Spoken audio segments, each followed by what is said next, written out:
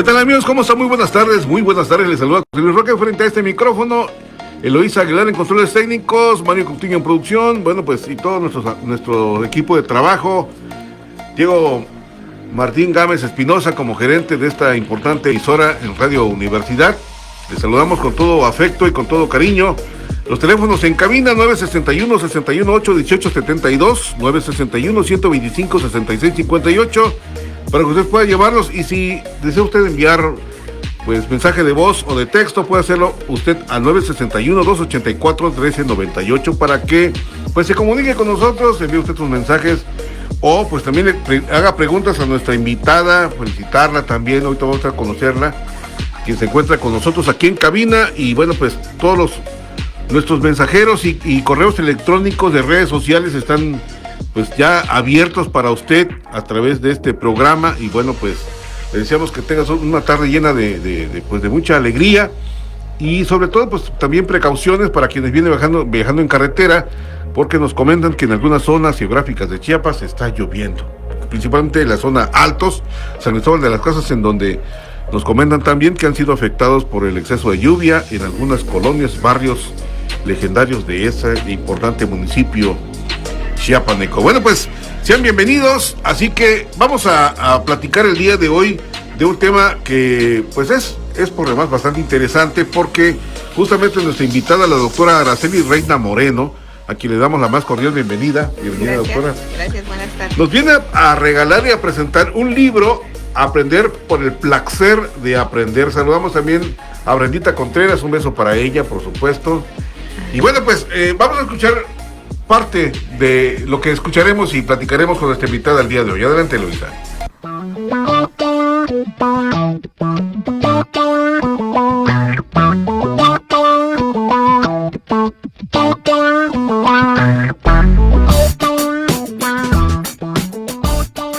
Muy buenas tardes, amables radioescuchas. Les damos la más cordial de las bienvenidas a una nueva edición de Voces del Sur, Psicología y Comunidad. Un espacio donde el pensamiento, la emoción y la conciencia se entrelazan con las voces de nuestra gente y los saberes de nuestra tierra. Hoy tenemos un tema que nos invita a detenernos, a sentir y a pensar. Aprender por el placer de aprender. En un mundo donde el conocimiento suele verse como una obligación, una meta académica o una herramienta para la productividad, queremos recuperar el asombro, la curiosidad natural, esa chispa que se enciende cuando algo nuevo nos toca profundamente. Desde la mirada de la neurociencia sabemos que el aprendizaje no es solo un proceso mecánico. Nuestro cerebro se transforma cuando aprendemos, se reconfigura, se expande, pero más allá de eso, cuando aprendemos con gusto, cuando el conocimiento nos conmueve y nos atraviesa, se activa un circuito de recompensa que nos conecta con el placer profundo de aprender, de hacer nuestro aquello que nos enseña la vida, la experiencia, el otro. Hoy hablaremos de cómo el cerebro aprende mejor cuando hay emoción, curiosidad y sentido. Hablaremos del placer como motor del conocimiento, de cómo el aprendizaje puede ser una libertad de gozo y de autodescubrimiento. Les invitamos a quedarse con nosotros a escuchar, reflexionar y compartir, porque aquí, en Voces del Sur, el saber también se construye en comunidad.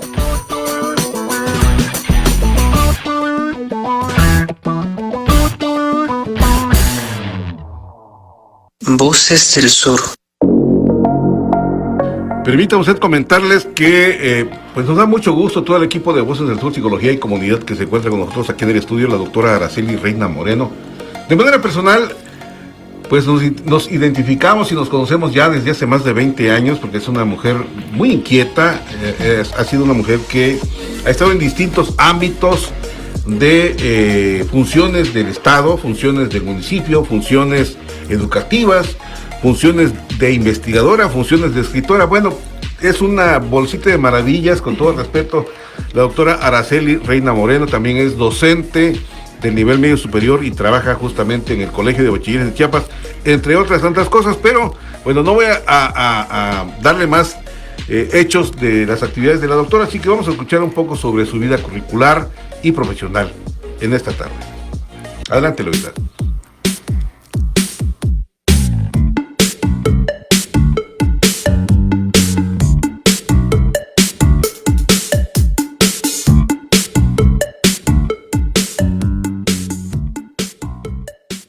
Hoy en el estudio contamos con la presencia de la doctora Araceli Reina Moreno. Ella es doctora en psicopedagogía, maestra en pedagogía, licenciada en ciencias administrativas, certificada como neuroeducadora en el año 2020, certificada como neurodidacta en el año 2022.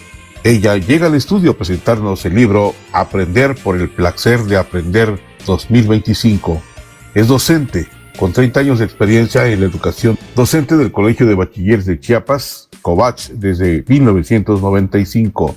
En el nivel superior, es docente de la Universidad Privada del Sur de México y de la Universidad TENAM y de posgrado Universidad del País Innova. Es investigadora del Instituto de Ciencia y Tecnología del Estado de Chiapas en el área de la administración. Ha sido secretaria privada del gobernador del Estado de Chiapas en el año 1988-1994, asistente del presidente del Congreso del Estado de Chiapas en el año de 1995 a 1999. Ha sido directora de Relaciones Públicas del Ayuntamiento de Tuxtla Gutiérrez del año 2002 al 2001. Ha sido también jefa del Departamento de Vinculación del COBACH del año 2009 al año 2010. En el ámbito internacional, fue becaria por Fulbright García Robles en el programa de intercambio de docentes de lengua extranjera, impartiendo la clase de español en Del City High School en Oklahoma, Estados Unidos Americanos, en el año 2004. Directora internacional de la Asociación de Ciudades Hermanas México-Estados Unidos, además miembro de la Red Latinoamericana de Psicología Positiva Aplicada y presidenta de la Asociación de Ciudades Hermanas de Tuxtla Gutiérrez, Chiapas. Bienvenida al estudio, Araceli Reina Moreno, Voces del Sur, Psicología y Comunidad.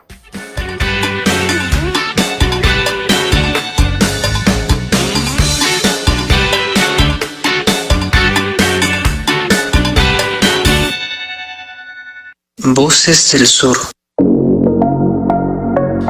Bien, doctora Araceli Reina Moreno, bienvenida al estudio. Muchísimas gracias, es un gusto, un placer estar aquí con ustedes. Muchas gracias. Vamos a hablar un poco sobre pues, su vida profesional antes de meternos al libro, porque quiero pensar que esto surge a raíz de todas esas experiencias que usted ha ido adquiriendo. Yo la recuerdo como maestra de inglés. Así es. Inicié en 1995 en el plantel 35 del COBACH como maestra de inglés. Inicialmente con la intención de practicar inglés, porque me había ido a hacer un curso al término de ese sexenio que mencionaste, porque pues fue el sexenio de los zapatistas y me tocó estar ahí. Entonces pues yo quería liberarme un poco de toda esa situación y me fui a tomar un curso de inglés a San Diego. Y cuando regresé dije, bueno, ¿y ahora qué hago con el inglés? Entonces, pues fue que busqué la oportunidad de empezar ahí en el COBACH y pues me encantó. Así es que dije, no, ya dejo la administración pública y me quedo en la enseñanza del inglés. No cualquier persona tiene el espíritu de magisterio. No, es cierto. Y eso es algo que yo tenía desde niña, porque recuerdo cómo yo jugaba a la maestra, pues yo era la maestra y ponía a todos los niños de mi cuadra y les enseñaba. Y les organizaba eventos y hacía muchas cosas desde niña. Entonces creo que ya uno también trae esa vocación. Esta vocación de magisterio frente al aula, porque no es sencillo trabajar con adolescentes, más cuando tantas historias envueltas, tantas historias engarzadas, tantas historias no conocidas, tantas historias que a veces quedan subterráneas y no se mencionan, no se refieren, o nunca parece que sucedieron y se invisibilizan ante el ambiente, ante y en el ambiente del nivel medio superior. Sin embargo, quienes ejercen la profesión de la docencia, del profesorado, del magisterio, va conociendo y se acerca a cada historia, aunque no lo quiera. Sí, así es. Y esa parte, quiero pensar que fue madurando ese sueño de niña, esos juegos de niña, a la vida adulta, pero principalmente derramada en los jóvenes, que hoy, quiero pensar, del 95 a la fecha, muchos ya son universitarios y posiblemente nos están escuchando. Sí, e incluso ya tenemos a sus hijos. Ya sus hijos también tenemos ahí en el colegio. Ha sido un gusto, ¿verdad?, el recibir ahora a los hijos de los que fueron nuestros primeros alumnos.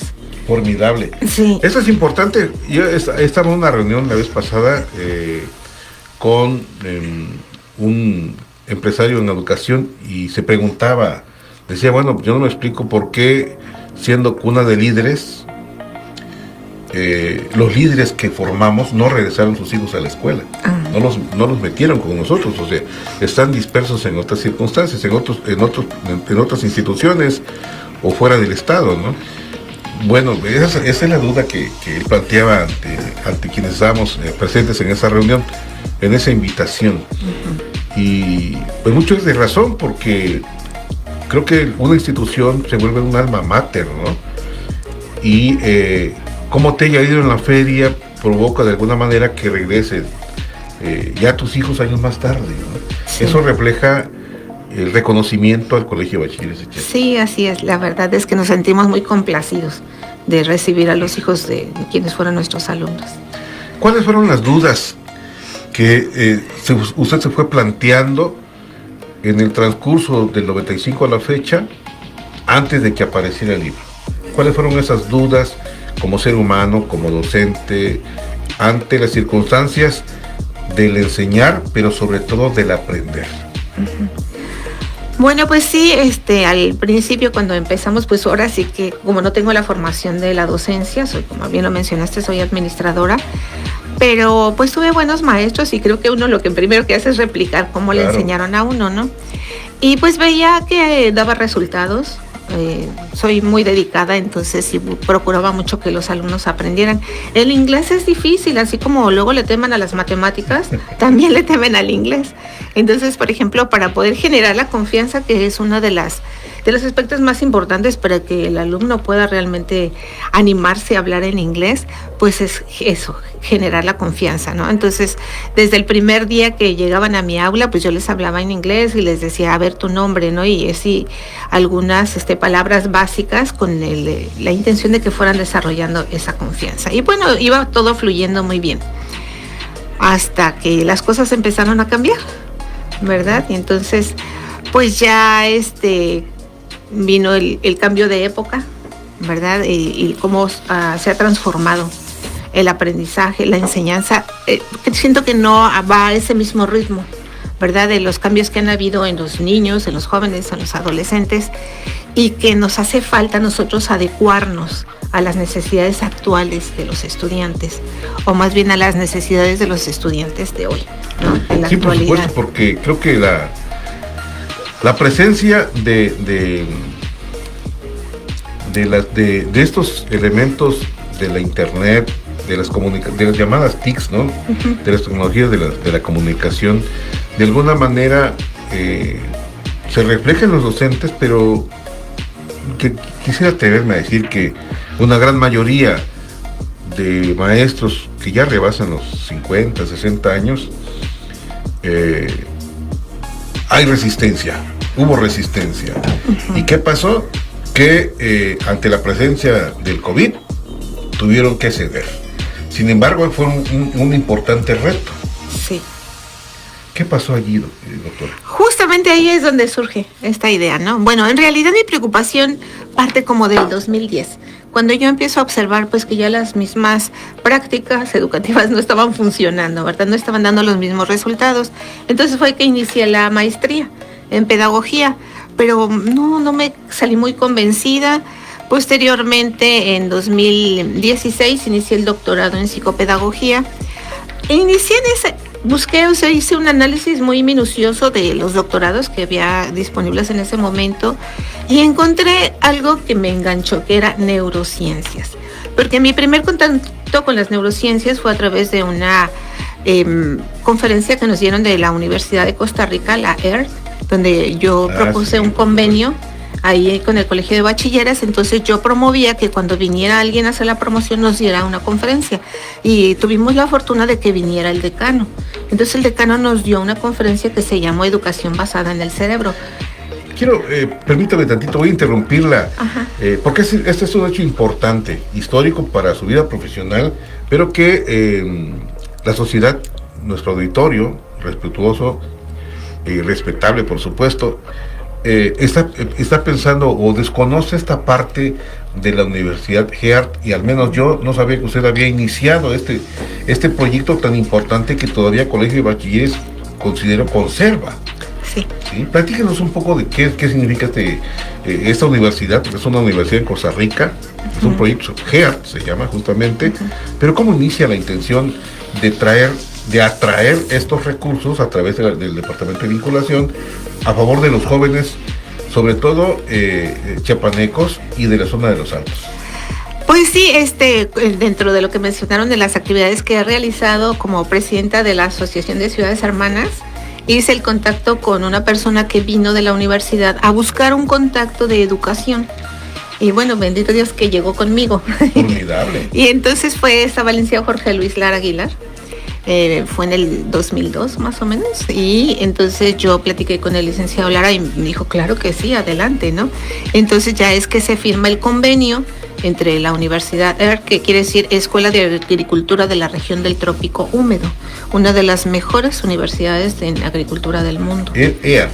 EART, ajá, que significa tierra en inglés, ¿no? Pero es Escuela de Agricultura de la Región del Trópico Húmedo y está en Guásimo de Limón, Costa Rica. Entonces, a partir de ahí, pues ya empezamos a buscar la posibilidad de que se becaran estudiantes, para que se fueran becados al 100%, porque pues nuestros estudiantes del Colegio de Bachilleres no tienen la posibilidad de pagar una universidad de ese tipo. Sí, claro. Entonces, pues sí, incluso una de nuestras exalumnas del plantel 35 se fue y ha sido muy exitosa. Se acaba de graduar de su doctorado en Estados Unidos. Órale. En una de las mejores universidades allá. Entonces así es como surge, pero pues yo dije, bueno, si van a venir de todas maneras a hacer la promoción, ¿por qué no la persona que viene aprovechamos y nos da un curso? Y entonces cada que venía alguien pues nos daba un curso en relación al tema que dominaba, ¿no? Y en esta ocasión pues fue el decano, tuvimos la fortuna que viniera el decano y nos dio esta de educación basada en el cerebro. ¿Esto fue en el 2022? ¿Fue no. Años después? Esta conferencia debe de haber sido como 2006. Ah, ya. Uh-huh, ya. Sí. Y desde ahí me surgió la inquietud, ¿no? Porque uno crece, o bueno, creo que así era la información que teníamos, ¿verdad? De que así nacimos y así nos íbamos a morir. Sí, en nuestra cuestión mental, ¿no? Y de nuestro cerebro. Sí, sin embargo, por ejemplo, hay una frase que me gusta mucho que dice, cada persona si se lo propone puede ser escultor de su propio cerebro, que le dijo Ramón y Cajal, Premio Nobel de Medicina en 1906. Sí, pero pues bueno, todo esto que ha ido evolucionando a través de las neurociencias, pues ahora sabemos de la neuroplasticidad. Por eso el título del tema de hoy es aprender por el placer de aprender. Ajá. ¿Por qué el placer? ¿Por qué la X? Bueno, uno de los precisamente neurocientíficos que yo sigo, en este caso es David Bueno, de España. Él es neurobiólogo. Y pues se ha dedicado mucho también a enfocar todas las neurociencias a la neuroeducación. Entonces él tiene una conferencia que se llama Cerebroflexia y él explica ahí de la X, porque la X atrae. Y como ya lo comentamos hace rato, ¿no? Al cerebro le gusta la sorpresa, le gusta la novedad. Y pues la X así, ¿por qué está con X? De hecho, lo pusieron en el pizarrón, unos chicos lo pintaron y una alumna dijo, pero es que tiene una falta de ortografía. Ya le expliqué por qué la X, ¿no? Y también el aprender con H, o sea, pero ¿por qué pusieron aprender con H? Bueno, pues ¿no? Es de aprender, es de apropiarte del conocimiento, que realmente te quedes con él. ¿Verdad? Que no se quede como una información, sino que se transforme en un conocimiento. En eso consiste la aprehensión.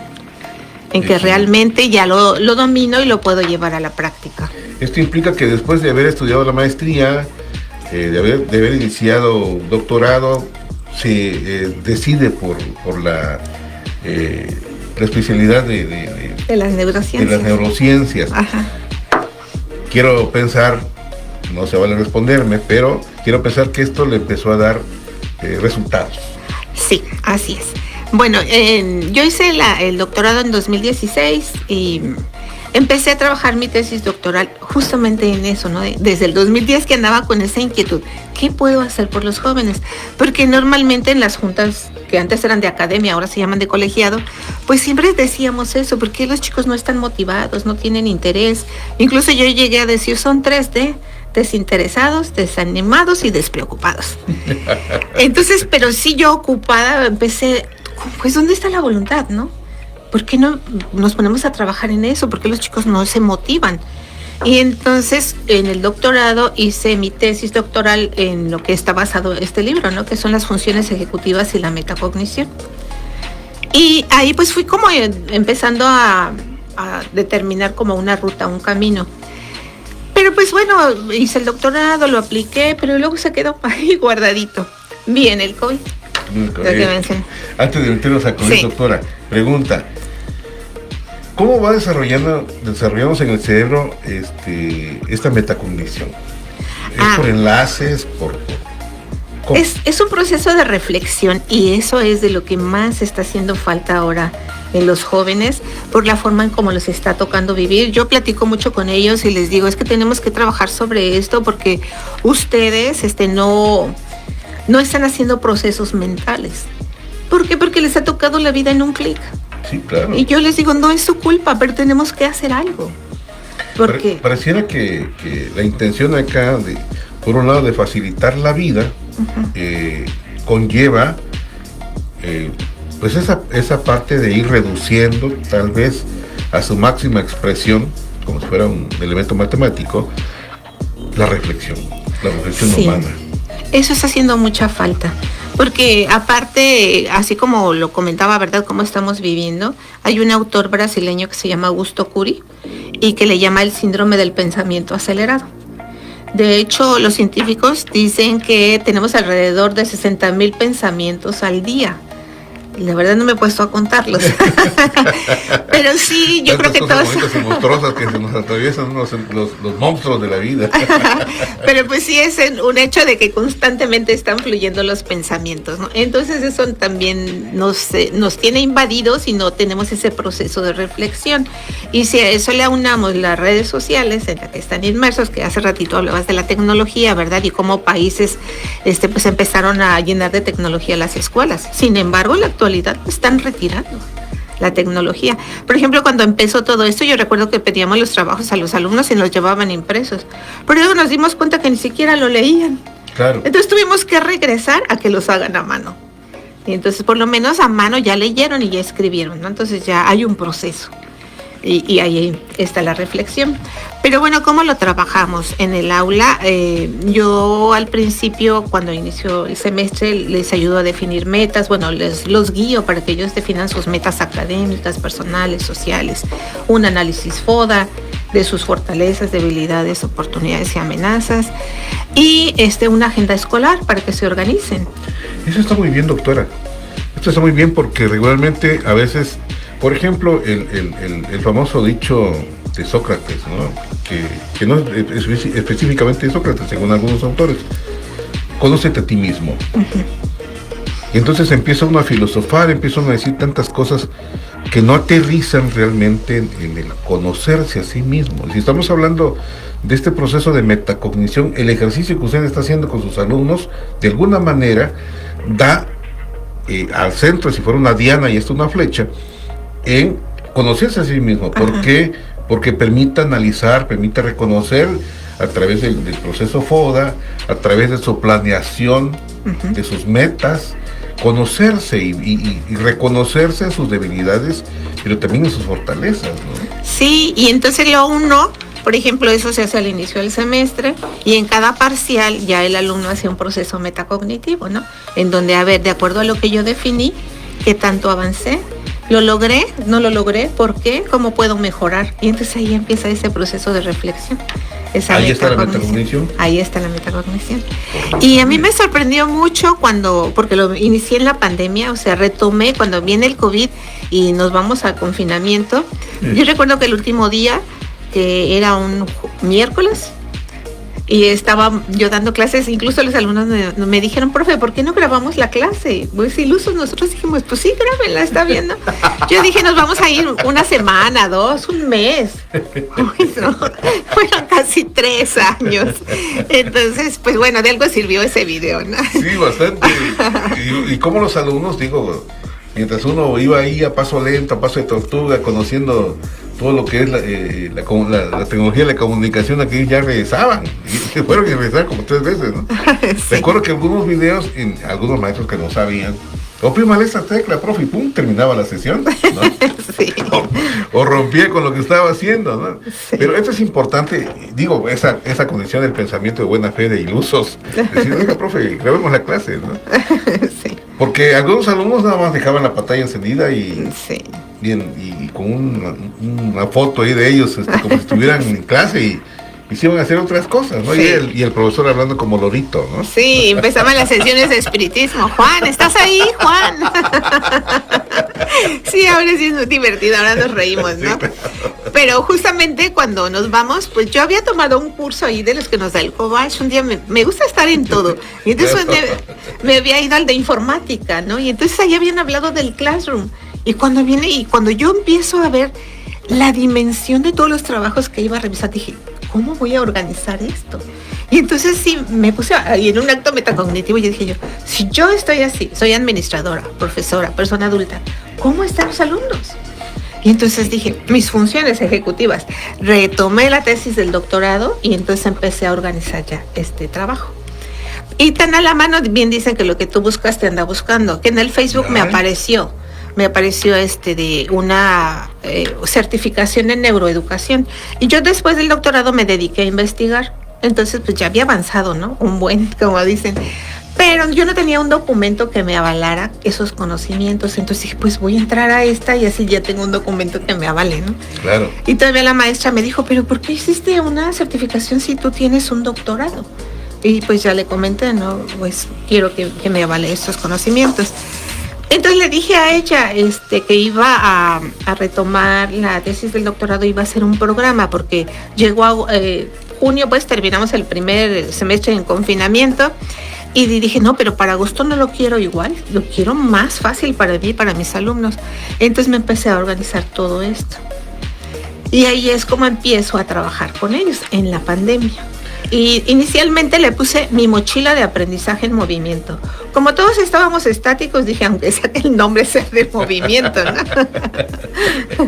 Sí. Un proyecto, Colegio Bachilleres de Chiapas, recayendo en esa parte institucional, ha tenido diferentes proyectos como por ejemplo, hay un proyecto que se llama Infórmate, algo así. Que se trabaja a través de la orientación escolar y que lo propusieron también personas investigadoras aquí de Chiapas. Quiero pensar que lo han de retomar la idea en algún lugar. Sin embargo, este tipo de proyectos sería muy interesante y bastante dinámico, que ojalá una vez que ya formalmente se tenga el libro en la mano, se lo presenten al director general actual y lo retome y lo comparta con todos los docentes que tienen Colegio Bachilleres, porque quiero pensar que les va a ser muy útil como docentes, como alumnos y como personas. Sí. De hecho, a mí me invitaron a presentarlo en el segundo foro de experiencias exitosas del Cobach. Lo presenté, pero no tuvo más resonancia, ¿no? Debería. Sí. Deseo que así sea. Así sea. Y bueno, yo una de las características es que soy persistente y me gusta darle seguimiento a las cosas. Entonces, en una ocasión un compañero, ya cuando estábamos ya presencial, que regresamos en el 2022, y dijo un compañero, pero es que eso no se ha medido, se debería de medir. Y dije, pues tienes razón. Pero en ese momento presentaron las estadísticas de los resultados y ahí lo vi. Y pues ahí está ya el resultado. O sea, estaban mejor los alumnos que con los que yo estaba trabajando. Tenían una mejor calificación y fueron mejorando el promedio. Y calificaciones reales. Calificaciones reales, sí, exactamente. No digo real comparativamente con los que hacen copy-paste, ¿no? Sí. Y también, también en el, como tú mencionabas, ¿no? O sea, aparentemente nada más estaban enseñando la computadora y no sabíamos. Igual los trabajos, pues, te entregaban, y eso sí, pues yo le pedía que me pusieran el nombre a cada hoja, porque no sabía si uno lo iba a hacer y te los iban a enviar todos el mismo trabajo, ¿no? Uno tiene que ir un paso adelante. Suele suceder, ¿eh? Sí. Pero bueno, entonces, pues ya me voy dando cuenta de que está funcionando, ¿no? O sea, yo lo hice como algo emergente, pero al ver, aparte que empecé a entrevistar a los chicos, y por ejemplo, recuerdo a una alumna que fue de la primera generación con lo que lo apliqué, y ella me dijo, es que yo me voy muy segura a la universidad. universidad, porque ahora conozco mis fortalezas y sé de que soy capaz. Excelente. Sí, entonces algo con lo que trabajamos mucho también y que mencionaban ustedes es lo de el binomio, ¿no? Yo le digo el binomio indisoluble de la emoción y la cognición. O sea, no es separado, va de la mano. Es como un bucle, ¿no? Que se entrelaza. Entonces también trabajar con las emociones es muy importante, más en esta época de la adolescencia, ¿no? Siempre se ha visto la adolescencia como, yo recuerdo que he escuchado que le dicen la edad de la choca, pero a través de las neurociencias me he dado cuenta que es una gran época de oportunidad para la creación de nuevas redes neuronales, lo que implica la creación de buenos hábitos, con lo que podemos contribuir a que los chicos puedan crear círculos virtuosos, ¿verdad? Salir de ese estado en el que uno se va envolviendo, la famosa zona de comodidad, ¿verdad? La zona de confort. Ajá, pero también entendí que la zona de confort, para salir de la zona de confort, no es nada más que alguien te diga, es que salte de la zona de confort. Estamos hablando de rutas neuronales que se han formado en el trayecto de la vida. Regularmente en el aprendizaje, en la enseñanza y aprendizaje, sugieren, haz esto, haz aquí, haz allá, pero se queda un gran vacío, porque no existe el cómo. Ajá, exactamente. La manera de hacerlo. Nos dicen qué, pero no nos dicen cómo. ¿Cómo? ¿No? Uh-huh. Entonces, yo creo que este elemento de la metacognición y el reconocimiento personal, justamente, no solamente forma en la condición mental y idiosincrática y de conocimiento al alumno, sino también es un elemento emocional que le permite encontrarse, reencontrarse, tal vez, y encontrar seguridad. Sí, como lo mencionaba Gaby, ¿no? O sea, me voy muy segura a la universidad. Por supuesto, y quiero pensar que la mayoría de todos esos muchachos que hoy están triunfando en la vida, que son servidores públicos, o padres de familia, o madres de familia, pues también aprendieron de estos elementos y lo están aplicando en su vida cotidiana, en su vida diaria, ¿no? Sí, de hecho, una de las alumnas de la primera generación con la que trabajé este proyecto, ella lo llamó así, esto es un aprendizaje para la vida. Por supuesto. Sí. Y ella dijo, y ahora yo le estoy enseñando a mi hermanita. Doctora, platíquenos un poco, creo que nuestra auditoría está, bueno, ya pues van a platicar el libro, ¿no? Está inmerso. Sí. Platíquenos entonces, ¿cómo realmente ya dé el paso con seguridad usted para que se realice, bueno, empiece usted a escribir, porque lleva un proceso bastante duro, arduo, sí, de desvelos, de rascadas de cabeza, sí, de caminos cerrados, de pasillos sin salida. Ya hablamos de la motivación que usted tuvo para poder escribir este libro. ¿Cuáles son los vericuetos que usted encontró al ir construyendo este conocimiento? Bueno, pues darle esa formalidad, ¿no? Ese rigor, pues científico, porque esto está basado en las neurociencias y se tiene que justificar muy bien el por qué está diciendo esto, ¿no? Como por ejemplo lo que decía de la emoción y la cognición. Pues eso es también en relación a las neurociencias. No sé si se ve en la pantalla. Sí. Aquí, por ejemplo, traigo que es un caballito de mar, ¿no? Pero en el cerebro se refleja como el hipocampo. Sí. Entonces, en el hipocampo es donde se gestionan las memorias. ¿Y cómo podemos incidir en el hipocampo? En la neurogénesis, lo que decía hace rato, ¿verdad? De que pensábamos que así habíamos nacido y así nos íbamos a morir. Pero no, gracias a Dios hay mucho que podemos hacer por nosotros mismos. Entonces, está muy vinculado con la emoción. Entonces, si yo trabajo en crear ambientes de aprendizaje amigables, alegres, afectivos, voy a impactar en el bienestar del alumno, ¿verdad? En que se sienta bien emocionalmente y eso favorece el hipocampo. Digamos que se convierte como en neuronas espejo. Sí, exactamente, ¿no? Entonces, algo también que realizamos mucho, de hecho, hoy lo estuvimos haciendo varias veces, lo que le llamo pausa activa recreativa, porque una de las la relación que hay entre la activación física y justamente el hipocampo es que genera una neurogénesis en el hipocampo, la activación física. O sea, como algo tan sencillo, sabemos que es bueno hacer ejercicio, ¿verdad? Y porque nos mantiene en forma, pero tiene muchísima más repercusión. Entonces yo empleo mucho el ponernos activos en la escuela. Y bueno, ellos siempre, entendí también de que les gusta algo como más dinámico y es el baile. Entonces lo que yo hago, por ejemplo, es que les pongo, si es Navidad, pues nos ponemos a hacer algún villancico y luego lo presentamos todos los alumnos juntos en la plaza cívica. Pero se genera un espíritu muy bonito porque además se desarrolla el sentido de pertenencia, del grupo, el equipo. Solidaridad. Y ellos mismos lo comentan, es que yo no me llevaba con los del otro grupo, ahora me llevo bien con ellos. Entonces, pues los vericuetos es como el ir precisamente identificando, ¿no? O sea, esto cómo funciona y ver la respuesta de ellos. Algunos incluso lo dijeron en una ocasión, ahorita están en cuarto semestre estos alumnos, pero cuando yo les dije, vamos a hacer una activación física. Y hay 2 alumnos que sí, los más aplicaditos, y dijeron, ¿tenemos que hacer eso? Y yo les dije, sí, porque es activación. No quiero. Así, y se fueron hasta atrás, se fueron a quedar hasta atrás, y yo dije, bueno, está bien, y ya la hicimos y se quedaron bien contentos, y él era jefe de grupo, y entonces al otro día curiosamente llegaron y preguntaron, maestra, ¿vamos a hacer activación física? Porque se dieron cuenta cómo cambió su estado de ánimo. ¿Y cómo funciona? ¿Y cómo funciona? Entonces ya después, cuando terminó el semestre, yo entrevisté al jefe de grupo y le dije, oye, ¿cómo ves la de la activación física? Ay, profe, muy bien. Y me dijo, yo me doy cuenta que después de que hacemos activación física, todos trabajan muy bien con el libro y todos quieren participar. Entonces son actividades que uno puede implementar, o sea, en realidad no son ni siquiera 10 minutos, pero me retribuyen muchísimo y en el ánimo y también en la atención, porque los chicos se ponen más atentos.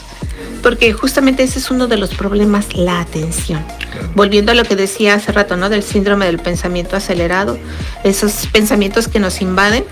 Yo puedo tener al niño ahí sentado y viéndome, pero no me está escuchando. Yo me doy cuenta que se perdió, que está en la luna, ¿no? Sí, y le digo, oye, regresa. Ay, sí, profe. Y así nos perdemos, ¿no? Aparte el poder tener la atención de los chicos así como para aprovechar ese momento al máximo son entre 12 y 15 minutos, a lo mucho. Entonces, por ejemplo, si yo pongo activación física y luego entro con el tema que necesito que impartir, me da muy buenos resultados. Pero sí ha habido así de que al principio de, pues, ¿qué estás haciendo, no? O sea, sí alguien me dijo, yo pensé que estabas loca. Sí me llegaron a decir eso. Pero pues ahora están bien convencidos, ¿no? De que realmente funciona. Lo acabamos de hacer. Ahorita el año pasado participamos en Expociencias, pero no lo hice yo. Organicé a 2 equipos y ellos fueron a exponer todo lo que han vivido en el aula. Y entonces ahora van a participar porque les dijeron, bueno, pero ahora ustedes replíquenlo. Entonces ahora ellos lo están aplicando con un grupo que elegimos. Ellos son de cuarto, eligieron un grupo de segundo, porque al principio siempre nos cuesta mucho, nos llegan con muchas carencias, con muy malos hábitos. Entonces ellos mismos, ya los alumnos que tienen la capacitación de docencia, que ahora se llama intervención educativa, pues están aplicándolo con los de segundo. Y ayer justamente hicimos una pausa activa recreativa con los de segundo y el maestro que nos hizo favor de darnos sus 10 minutos, dijo, es que regresaron bien contentos y todos se pusieron a trabajar. Pues sí, ahí está, ¿verdad? Es que todos nos convenzamos que realmente es muy importante. Sí, en la educación, de hecho, he visto que lo están tratando de promover, pero no se ha implementado, que todos los días temprano hubiera una activación física. Aparte está la clase de deportes, claro, ¿no? Que tienen que llevar, pero una activación física, la verdad es que hasta nos ayuda a despertar, porque de acuerdo al círculo circadiano del sueño, nosotros como seres humanos realmente estaríamos ya bien listos para trabajar a partir de las 9 de la mañana, pero nosotros entramos a las 7. Sí, claro. Entonces ni siquiera cumplimos el círculo, ¿no? Y también la activación física pues nos ayuda a despertarnos, pero también, ahora retomando lo del sueño, es muy importante también porque durante el sueño nuestro cerebro tiene una función muy importante, que es justamente consolidar la información que se recibió en el día, ¿no? Y esto es importante, doctora. Estamos platicando para que nos acaban de sintonizar o abrir el canal o llegar al canal donde estamos transmitiendo en ese instante. Estamos platicando con la doctora Araceli Reina Moreno sobre un libro que nos está platicando, de hecho, titulado Aprender por el placer de aprender. Esto es importante, doctora, por el hecho de que Estas influencias eurocentristas, de alguna manera, llevan a que la educación, pues en México, vamos a llamarlo así, la política educativa, mantenga esta línea de ver al alumno como un sujeto pues reproductor, como un sujeto que produce y que no piensa, que nada más sea como una maquinita que está produciendo calificaciones, que esté produciendo aprendizaje de repetición en lo que conlleva un programa educativo. Sin embargo, estas prácticas que ustedes están realizando junto con otros docentes y otros investigadores, tienen que reflejar y romper con este elemento que a estas alturas del partido nos estamos dando cuenta de que nosotros no somos los que construimos nuestra propia educación, como en algunas zonas indígenas que después de 1994, cuando el subcomandante Marcos decía, bueno, nosotros vamos a construir nuestra propia escuela, ¿sí? Y se desafanaban, se desligaban del contexto oficial educativo. Implicaría no un elemento de rompimiento, de fractura al sistema educativo de colegio de bachilleres, pero sí una opción que se suma, ¿sí? Y humaniza. Exacto. Al alumno. Humanizar, es lo que yo también por ahí escribí algo sobre humanizar la educación. ¿Verdad? Que necesitamos, como decía al principio, pues atender las necesidades del estudiante de hoy, que no son las mismas de cuando yo empecé en 1995. Claro. Sí, entonces esa parte es fundamental porque, como decía también, o sea, la enseñanza y el aprendizaje, ¿no?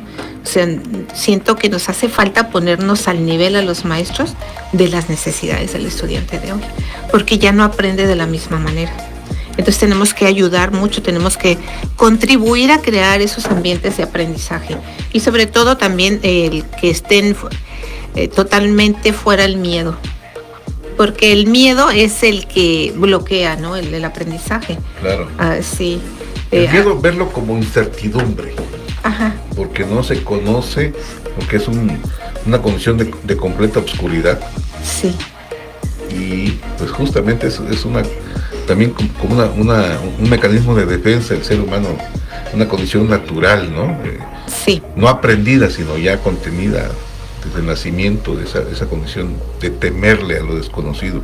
Yo creo que eso es lo que de alguna manera también ha permitido que algunos docentes, grupos de docentes de los diferentes niveles educativos, no se atrevan a retomar ese sistema, ¿no? O no se atrevan a caminar más allá de esa condición de placer.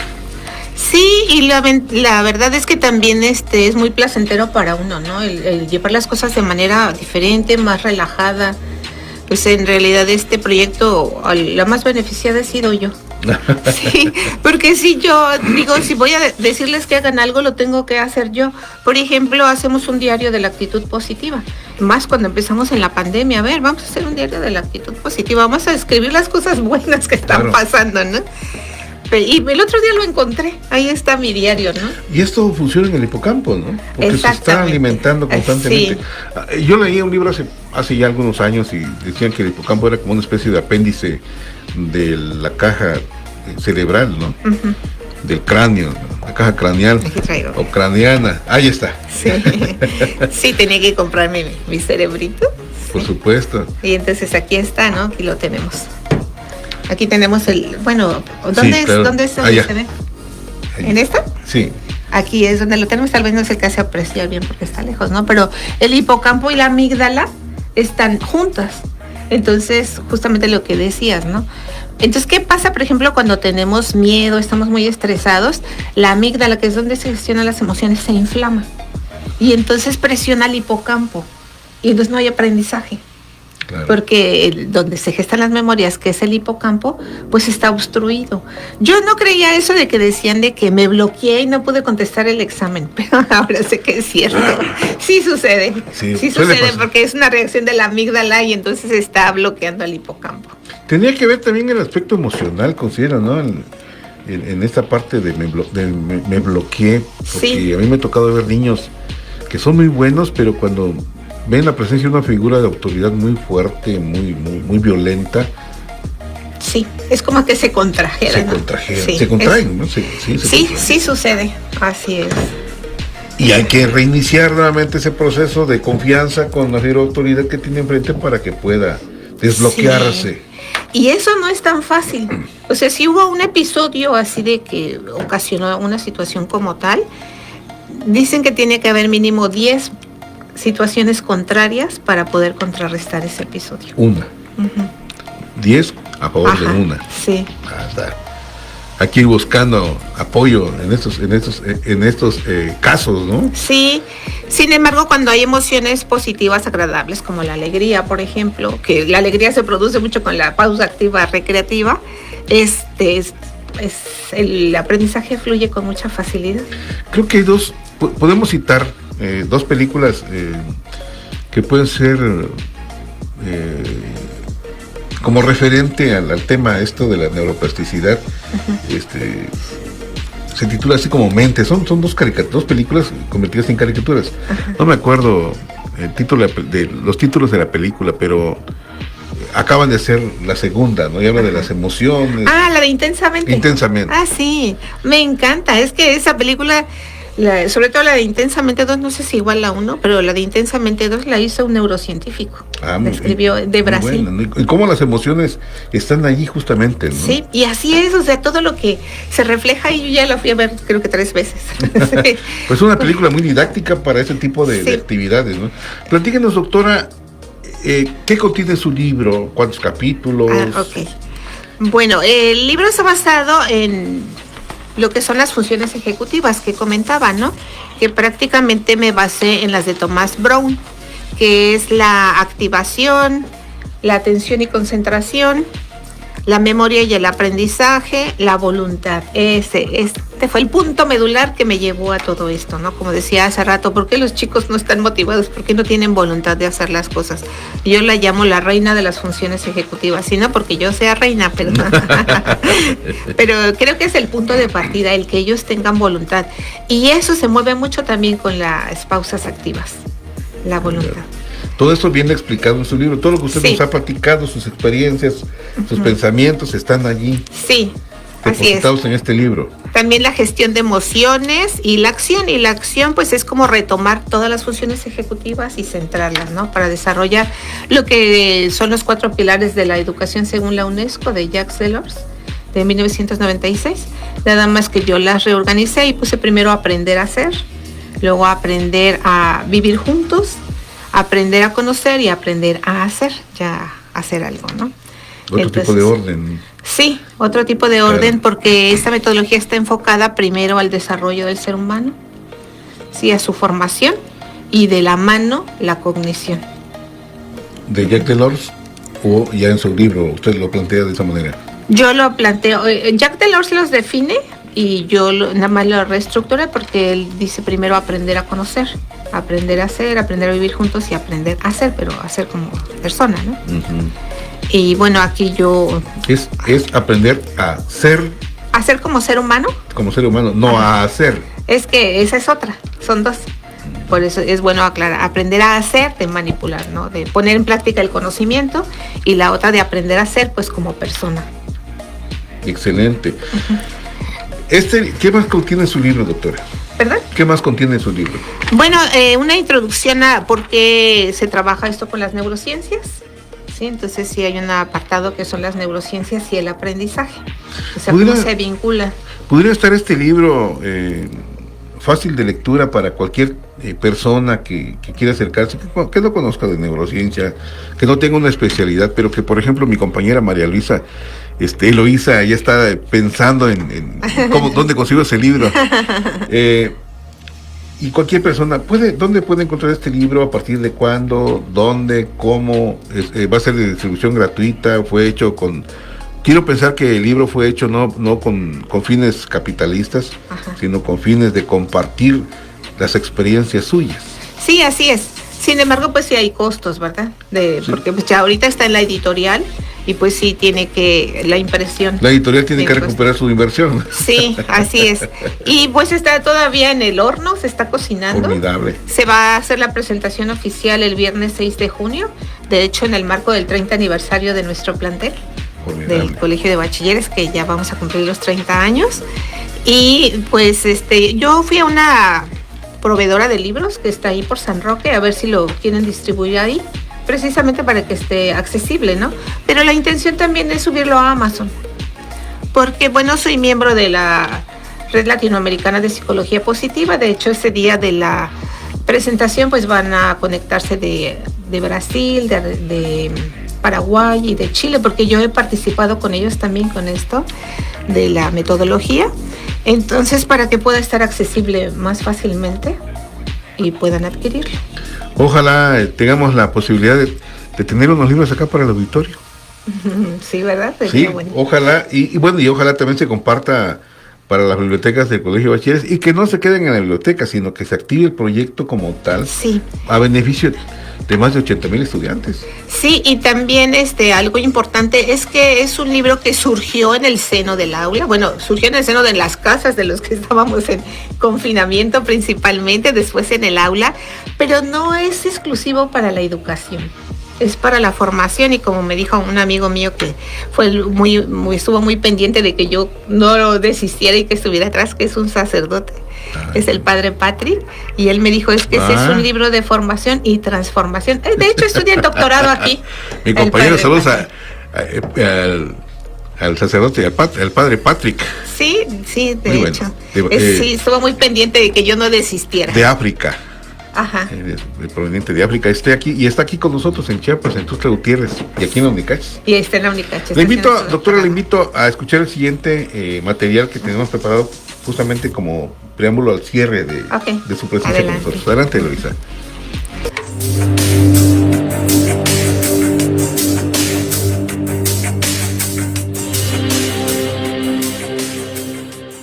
Desde los márgenes del sur, donde la palabra nace de la tierra, de la memoria viva y de los cuerpos en resistencia, nos detenemos hoy para pensar el acto de aprender, pero no desde la lógica de la domesticación, de la repetición y del rendimiento impuesto, sino desde el gozo profundo de aprender, esa forma de abrazar el saber con todo el ser.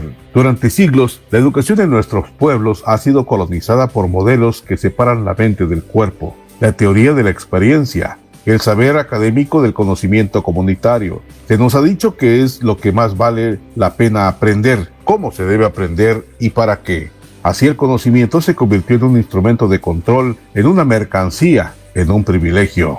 Pero aquí, desde nuestra geografía del sur, afirmamos otra cosa. El aprendizaje también es un acto de placer, de libertad y de recuperación de lo propio. No se trata solo de acumular datos ni de obedecer métodos impuestos, sino de dejarnos tocar por el conocimiento, de sentirlo, de hacerlo cuerpo. Aprender implica apropiarnos del saber, pero también dejar que nos transforme, que nos revele algo nuevo sobre nosotros, sobre nosotras, sobre el mundo. La neurociencia contemporánea, aunque nacida en contextos occidentales, empieza a decir algo que nuestros pueblos ya sabían, que se aprende mejor cuando hay emoción, cuando hay sentido, cuando hay placer. Y esto no es casual, porque el saber vivido, sentido y compartido es el que se queda, el que florece. Por eso hoy reivindicamos el placer de aprender como un derecho, como una práctica liberadora, como una forma de desobediencia frente a los sistemas educativos que solo premian la obediencia y la productividad. Aprender debe ser también una celebración de la vida, una manera de reencontrarnos con nuestras raíces, de tejer comunidad, de imaginar otros futuros posibles. Desde Voces del Sur, creemos que una educación que no imponga, sino que despierte, que no se imparta, sino que se dialogue, que no se castre la creatividad, sino que la alimente, y en esa búsqueda el placer no es un lujo, sino una brújula. Aprender por el placer de aprender es también una forma de sanar las heridas del olvido, de devolverle sentido a lo que somos y de honrar la dignidad del saber compartido.